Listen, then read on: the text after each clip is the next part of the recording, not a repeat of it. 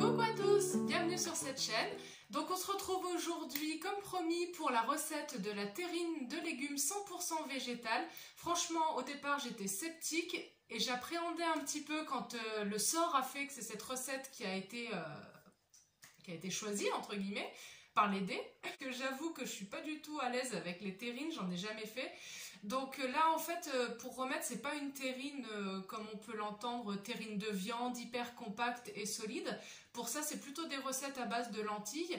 Là du coup c'est plutôt une terrine du genre mousse de légumes. Vous savez les terrines des fois où on trouve avec 3 étages de couleurs de légumes. Donc là j'ai pas pris cette recette là, je la ferai plus tard quand j'en aurai trouvé une qui me convient. Là j'en ai choisi une avec du chou, enfin des choux même d'ailleurs, de la carotte et il y a un peu d'agar-agar, donc c'est vrai que ça va demander à ce que vous en procuriez.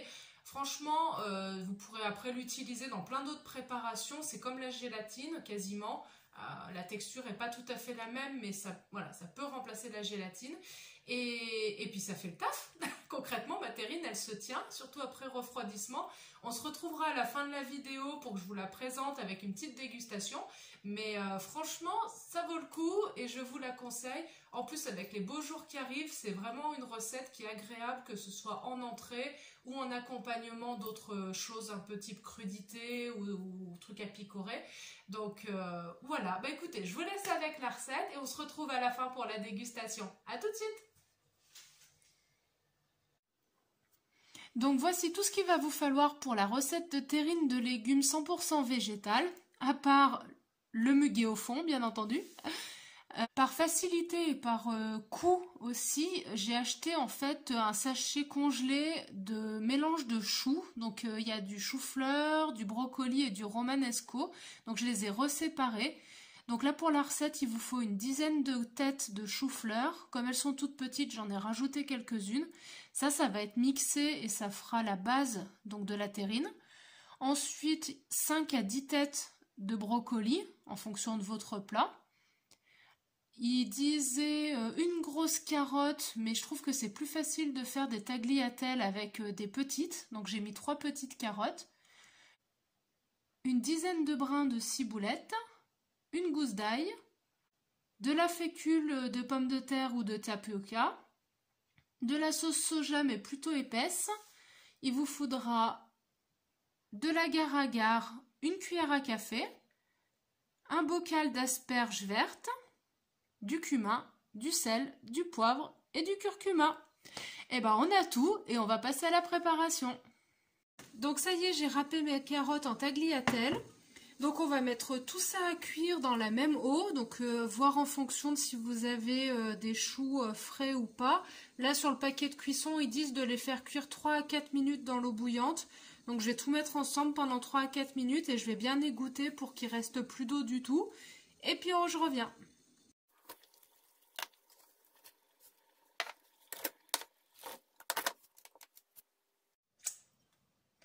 Donc mes fleurettes de chou-fleur sont cuites et je les ai séparées des carottes et des brocolis.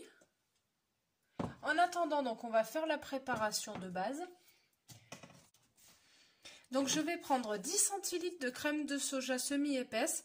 Donc comme je le disais dans une autre vidéo, c'est de bien la secouer avant de l'utiliser parce que sinon vous avez un bouchon bien épais, de la flotte et après encore une partie qui est épaisse. Donc c'est dommage. Donc mélangez-le bien, on va prélever donc 10 centilitres à froid, dans lequel on va délayer 2 g d'agar-agar, qu'on va ensuite faire frémir pendant 2 minutes.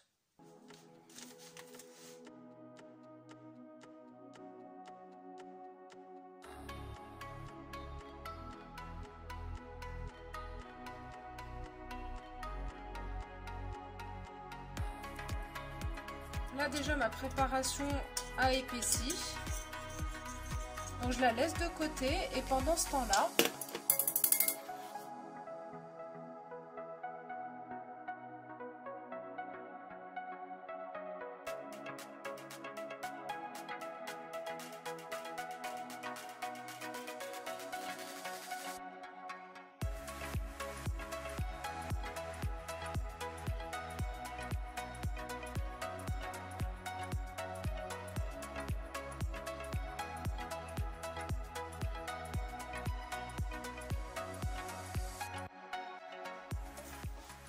Alors pour les épices, faites vraiment comme vous aimez. Moi j'aime quand il y a beaucoup de goût d'épices, donc c'est vrai que j'ai tendance à en mettre pas mal. Si vous aimez moins, n'hésitez pas à réduire la quantité. Là le poivre, je vais en mettre un quart de cuillère à café. Le sel, pareil, à peu près un quart de cuillère à café.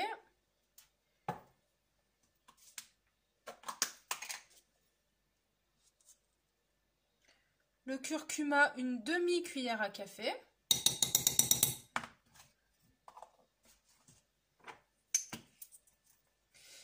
Et le cumin, par contre, j'adore ça. J'en ai plus. Donc là, je vais en mettre une cuillère à café.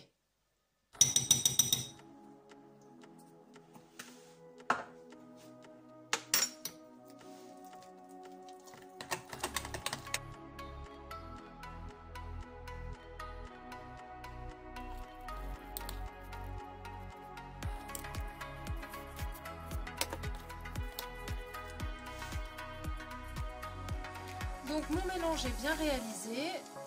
J'ai fariné un moule à cake et on va alterner une couche de notre préparation, des asperges, une couche de notre préparation jusqu'à ce que le moule soit rempli.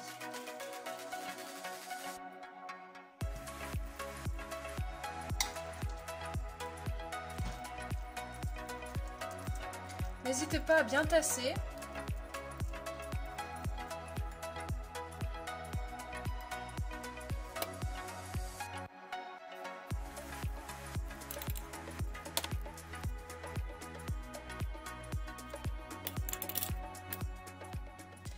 Alors du coup, ça y est, ma terrine est bien tassée et je viens de me rendre compte que j'ai totalement oublié la ciboulette. Je suis dégoûtée.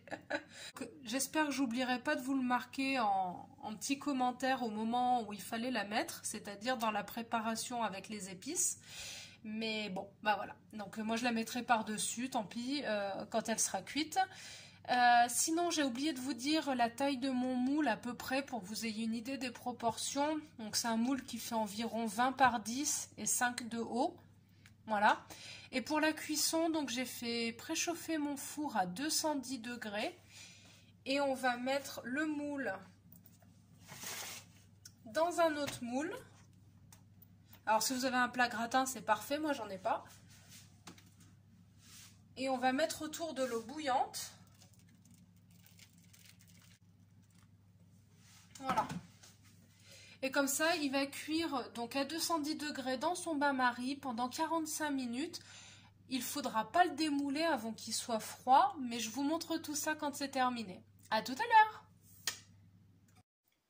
Voilà, donc comme vous voyez, c'est pas une terrine qui est trop compliquée à faire. Ça nécessite quelques préparations du fait que l'agar-agar doit être mis dans de la préparation froide puis chauffée avant d'être refroidi dans le cake. Mais sinon, voilà, globalement, c'est quand même plutôt simple. Donc, comme promis, on va déguster.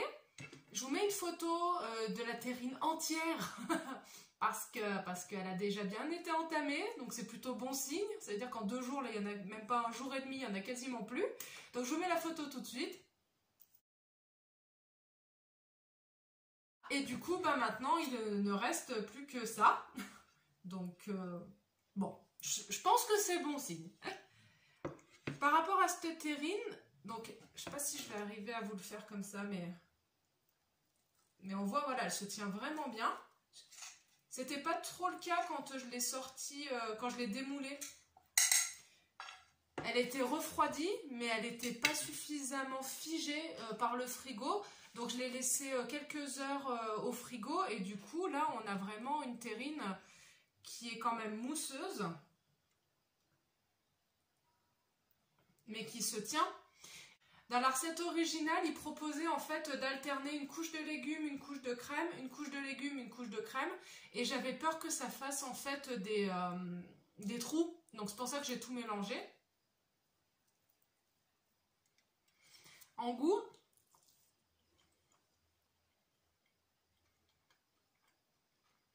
On sent bien le curcuma.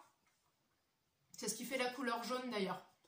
Donc si vous aimez pas trop le curcuma, mettez-en peut-être un petit peu moins, mais je trouve que c'est nickel. Enfin pour moi en tout cas, franchement c'est nickel.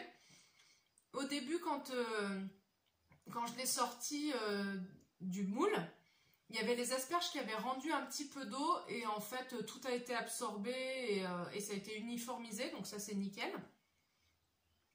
C'est pas farineux, on sent vraiment le goût des légumes, donc franchement voilà, je vous le conseille. Pensez à intégrer la ciboulette dans le cake, ce sera plus sympa que de la poser comme ça dessus, enfin ça fait de la déco mais c'est plus sympa je pense de la mettre dedans, même en termes de visuel. Donc voilà, et puis que dire de plus? Ça a du goût, c'est frais, c'est léger, c'est light aussi, c'est pas gras. Franchement, je la conseille et je vais la refaire. Bilan, en tout cas pour moi, selon mes goûts, recette validée à 200% et que je vais refaire. Voilà. Et pour vraiment finir en fait au niveau du dressage, vous pouvez couper des tranches de terrine et poser une cuillère de soupe. Et vous pouvez poser une cuillère de coulis de tomate un peu épais, voire limite avec des petits morceaux de tomate dedans. C'est une tuerie, ça va vraiment bien ensemble.